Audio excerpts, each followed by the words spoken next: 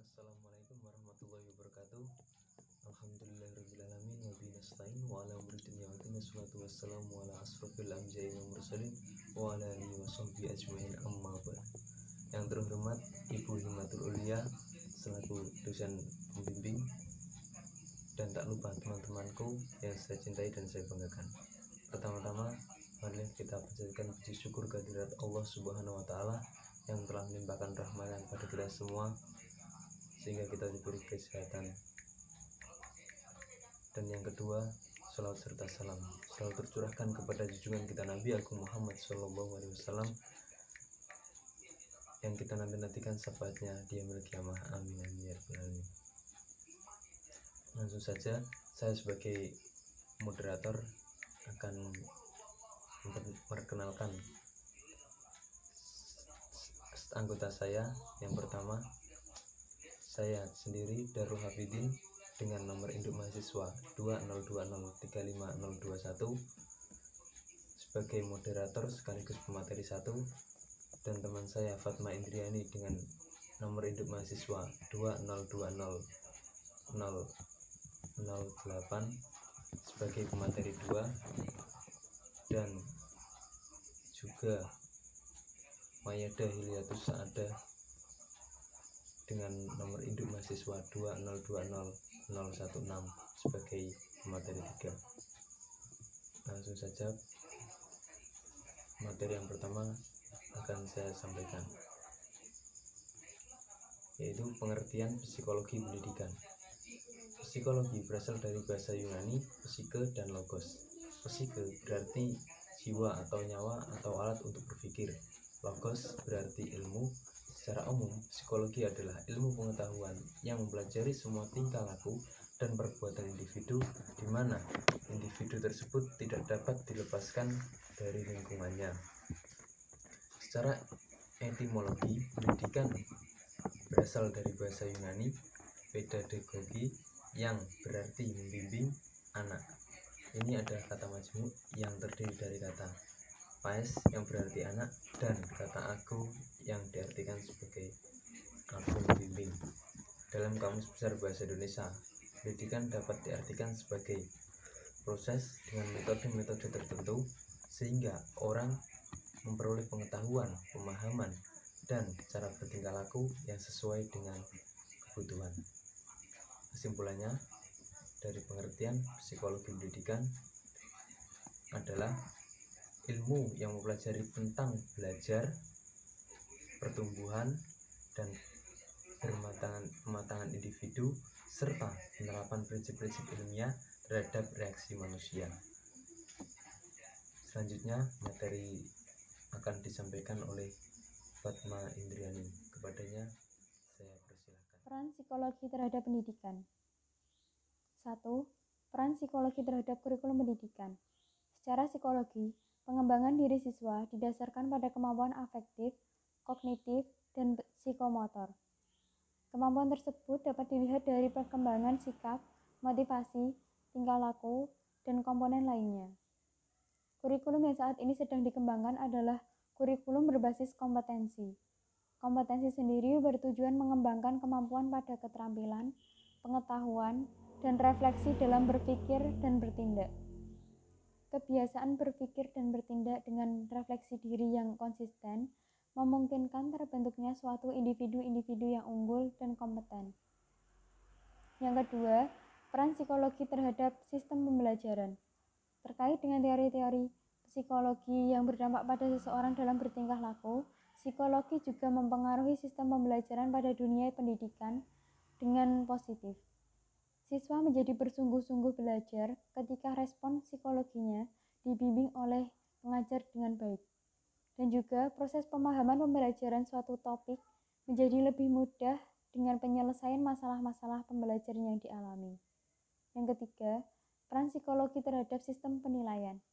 Psikologi juga memberikan peranannya dalam sistem penilaian. Misalnya, dengan tes psikologi untuk mengetahui tingkat kecerdasan siswa.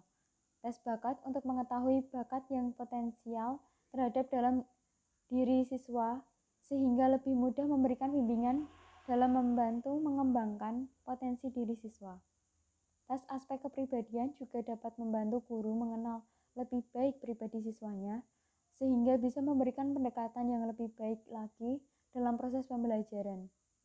Berbagai tes psikologi tersebut membantu memberikan penilaian terhadap masing-masing siswa untuk mempermudah menjembatani keinginan potensial maupun impian siswa yang sesuai dengan kemampuan dan bakatnya. 3.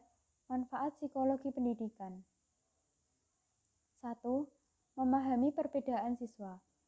Masing-masing siswa memiliki kemampuan dan potensi yang berbeda-beda.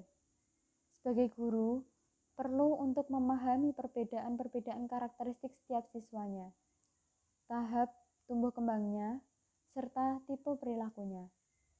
Pemahaman tersebut dapat menghasilkan interaksi pembelajaran yang sesuai dan pembelajaran yang efektif dan efisien, sehingga memungkinkan guru untuk memberikan interaksi belajar yang berbeda pula pada setiap siswa agar pendekatan dan proses belajarnya lebih bisa diterima tanpa membeda-bedakan siswa secara personal atau pilih kasih. Kedua, menciptakan iklim belajar yang kondusif di kelas, yaitu pengetahuan tentang prinsip-prinsip dasar pendekatan dan interaksi yang menyenangkan kepada siswa sesuai dengan masing-masing karakteristik siswa akan memberikan iklim belajar yang kondusif dan proses pembelajaran yang efektif dan efisien. Yang ketiga, memilih strategi pembelajaran yang tepat. Psikologi digunakan untuk mengenal karakteristik masing-masing siswa dan mengenal metode pembelajaran yang disukai. Strategi pembelajaran yang sudah tepat akan memberikan situasi efektif belajar mengajar. Yang keempat, memberikan bimbingan pada siswa. Psikologi memberikan kemampuan kepada guru untuk menjadi pembimbing melalui pendekatan dari hati ke hati untuk mendapatkan kepercayaan dari siswa agar dapat membantu proses menyelesaikan masalah dalam pembelajaran. Yang kelima, berinteraksi dengan tepat. Psikologi mengajarkan komunikasi dengan siswa dinyatakan dengan menempatkan diri sesuai tahapan tumbuh kembang siswa, sehingga dapat memberikan suatu interaksi yang menyenangkan. Yang keenam, memberikan evaluasi pembelajaran. Dengan mempelajari psikologi akan mampu memberikan penilaian hasil pembelajaran secara adil. Evaluasi hasil pembelajaran bisa berupa nilai ujian secara intelijensi, nilai sikap, dan nilai keaktifan mengikuti kegiatan sekolah untuk menentukan kualitas perbaikan. Yang ketujuh, memotivasi belajar. Bekal psikologi pendidikan untuk pengajar agar pengajar mampu memberikan dukungan, dorongan, atau motivasi untuk siswanya dalam semangat belajar yang lebih tinggi. Selanjutnya, menetapkan tujuan pembelajaran. Psikologi pendidikan membantu pengajar untuk menentukan tujuan pembelajaran. Tujuan pembelajaran dijadikan patokan kesesuaian hasil pembelajaran, apakah nantinya dianggap berhasil atau tidak. Selanjutnya, penggunaan metode pembelajaran yang tepat. Pengetahuan psikologi pendidikan juga bermanfaat untuk menentukan media pembelajaran yang tepat untuk siswa.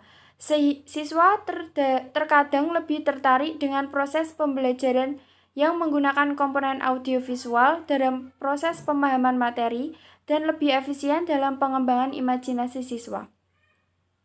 Yang terakhir, penyusunan jadwal pelajaran yang sesuai.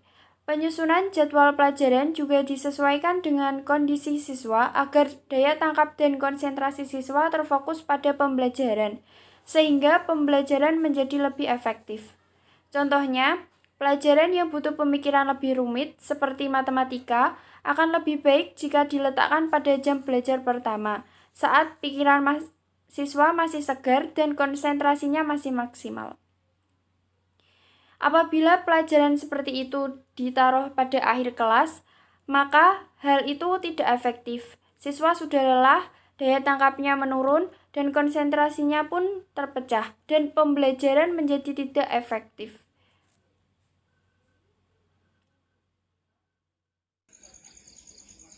Sekian presentasi dari kelompok kami. Apabila ada salah tutur kata atau penulisan dalam penyajian materi, kami mohon maaf sebesar-besarnya. Terima kasih. Usikum wa nafsi bitaqwallah. Wassalamualaikum warahmatullahi wabarakatuh.